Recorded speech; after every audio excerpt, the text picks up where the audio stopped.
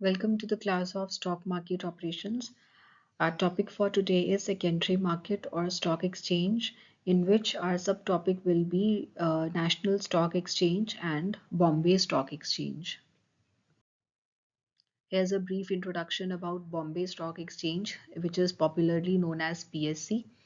So BSE Indian stock market है जो कि दलाल स्ट्रीट मुंबई में लोकेटेड है और इसे एस्टेब्लिश किया था प्रेमचंद रॉयचंद ने इन 1875 and this is the oldest stock exchange in Asia. So here's the organization and management of Bombay Stock Exchange.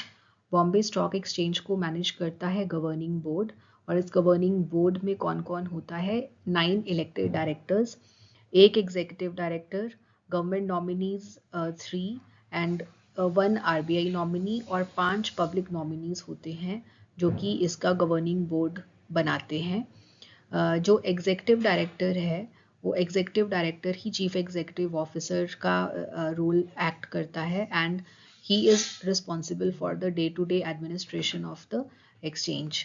जो भी एक्सचेंज की डे टू डे काम है उनको एग्जीक्यूटिव डायरेक्टर ही लुक आफ्टर करता है।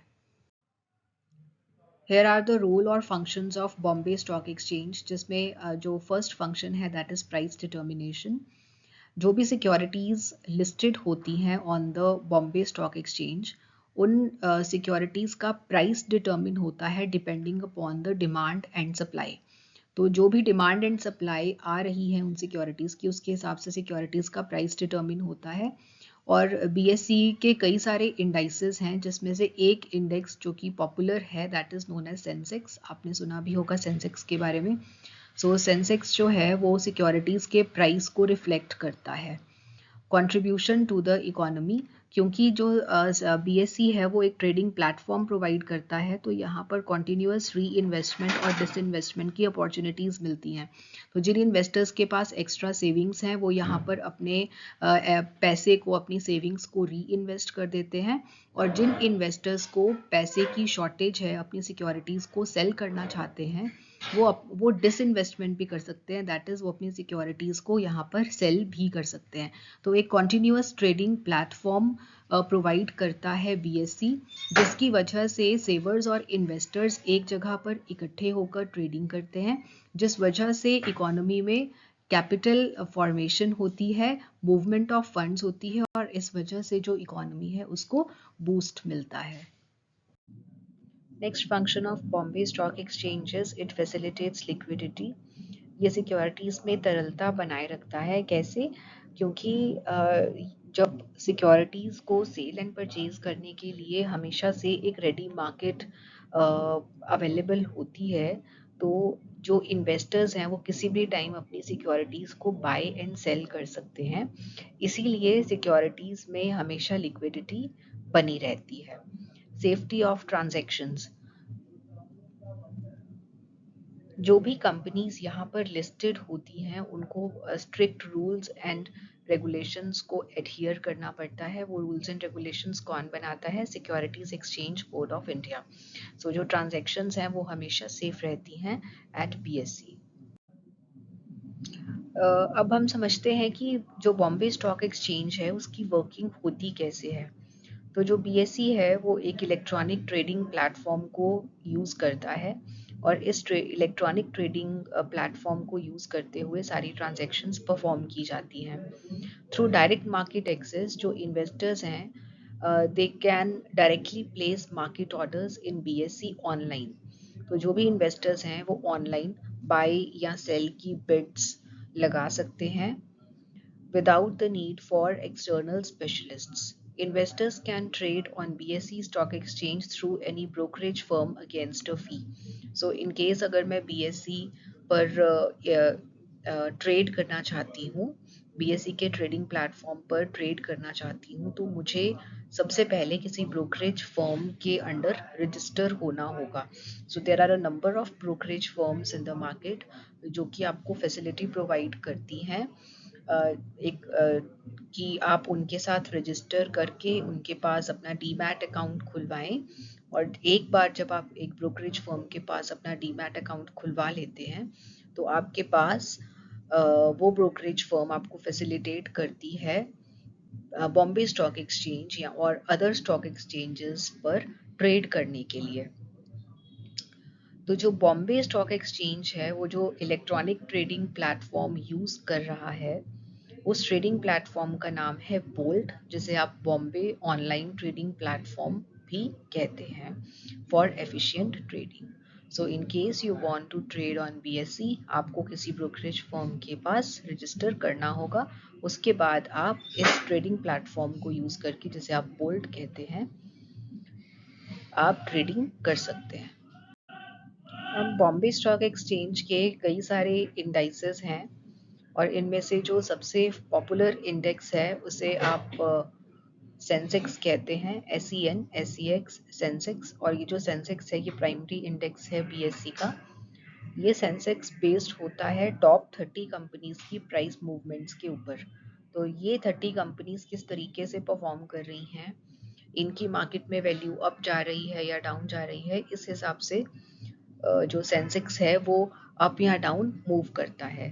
तो सेंसेक्स को देखकर आप मार्केट के अप या डाउन, अपवर्ड मूवमेंट या डाउनवर्ड मूवमेंट्स का अंदाजा लगा सकते हैं। अपार्ट फ्रॉम सेंसेक्स, जो बीएससी है वो कई सारे सेक्टोरल इंडाइसेस भी प्रोवाइड करता है, जैसे कि BSc auto, BSc Bankex, BSc capital goods, BSc FMCG. देखिए मैंने ये बीएससी के कई सारे इंडाइसेस का एक स्क्रीनशॉट लिया है, जिसमें से कि सबसे ऊपर है सेंसेक्स। देखिए ये जो रेड है, दिस डिनोट्स की जो मार्केट है इस दिन डाउन थी। जो सेंसेक्स है वो डाउन है, रेड मींस डाउन, और 359 पॉइंट्स डाउन है ये। बैंकेक्स यानी कि बैंक का जो इंडेक्स है दैट इज 805 पॉइंट्स डाउन। ठीक है जी। बीएससी का auto, this is 6976 points up. That means कि जिस दिन का मैंने स्क्रीनशॉट लिया है उस दिन जो बीएससी पर ऑटो वाला इंडेक्स था, जिसमें कि इसमें सारी की सारी ऑटो इंडस्ट्रीज हैं, ऑटो कंपनीज के शेयर्स हैं, ये अप था। BSc capital goods, BSc FMCG, BSc HC, इस तरीके से कई सारे इंडाइसेस हैं depending upon the various sectors. तो ये बैंकिंग सेक्टर है, ये ऑटो सेक्टर है, ये कैपिटल गुड्स का सेक्टर है, ये एफएमसीजी सेक्टर है। इस तरीके से कई सारे इंडाइसेस को रिफ्लेक्ट करता है बीएससी के ये indices. Now next stock exchange जो सबसे इम्पॉर्टेंट है that is national stock exchange, जिसे आप एनएससी कहते हैं। ये भी Mumbai based leading stock exchange है under the ownership of various financial institutions. इसके ओनर्स हैं फाइनेंशियल इंस्टीट्यूशंस। और एनएससी का जो फ्लैगशिप इंडेक्स है, जो सबसे पॉपुलर इंडेक्स है, जैसे बीएससी का प्राइमरी इंडेक्स को आप सेंसेक्स कहते हैं, वैसे ही एनएससी का जो फ्लैगशिप इंडेक्स है, मोस्ट इम्पॉर्टेंट इंडेक्स है, उसे निफ्टी 50 कहा जाता है। जो सेंसेक्स है वो 30 टॉप कंपनीज के प्राइसेस की मूवमेंट को रिफ्लेक्ट करता है। सिमिलरली जो निफ्टी है वो एनएससी के ऊपर लिस्टेड टॉप 50 कंपनी के प्राइसेस की मूवमेंट को ट्रैक करता है। ओके, सो निफ्टी 50 ये आपको ध्यान रखना है एनएससी में, और बीएससी में आपको ध्यान रखना है Sensex. It serves an entirely automated screen based trading system. जैसे कि बीएससी में जो ट्रेडिंग सिस्टम है उसे आप बोल्ट कहते हैं, सिमिलरली एनएससी का जो ट्रेडिंग सिस्टम है उसे आप नीट कहते हैं, national exchange for automated trading.